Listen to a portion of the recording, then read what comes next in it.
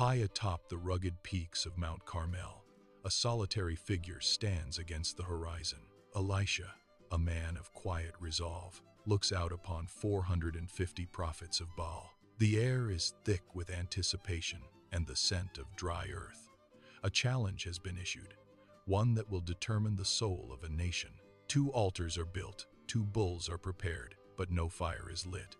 Elisha gestures toward the wood and stone, his voice steady as he speaks to the gathered assembly. "You call on the name of your God," he proclaims, "and I will call on the name of the Lord, the God who answers by fire. He is the true God." From the first light of dawn until the sun reaches its midday peak, the prophets of Baal cry out. They dance frantically around their silent altar, their voices growing hoarse under the blistering heat.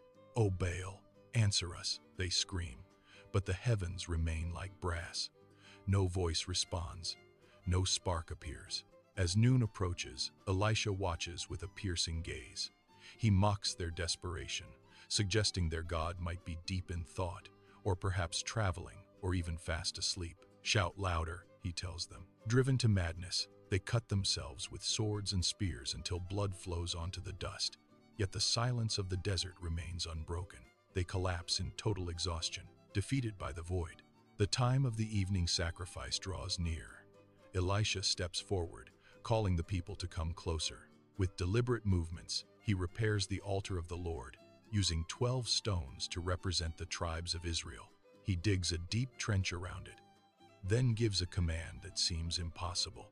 "Pour water on the offering and the wood," he instructs. 4 jars are emptied, then 4 more, and finally another 4. The water drenches the sacrifice, saturating the timber and overflowing until the trench is a miniature moat. Everything is soaked, making the possibility of fire a physical impossibility. Elisha stands in the center of the damp earth, his hands beginning to rise toward the darkening sky.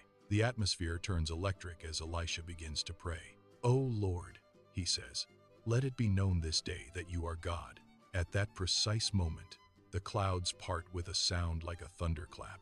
A blinding streak of white fire descends from the heavens with terrifying speed. It does not merely burn, it consumes.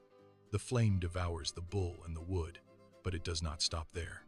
It vaporizes the very stones of the altar and licks up every drop of water in the trench, leaving nothing but scorched earth and dust. The ground beneath the people shakes with the force of the divine touch. Overwhelmed by the sheer magnitude of the power they have witnessed, the entire assembly falls prostrate on their faces. A single cry rises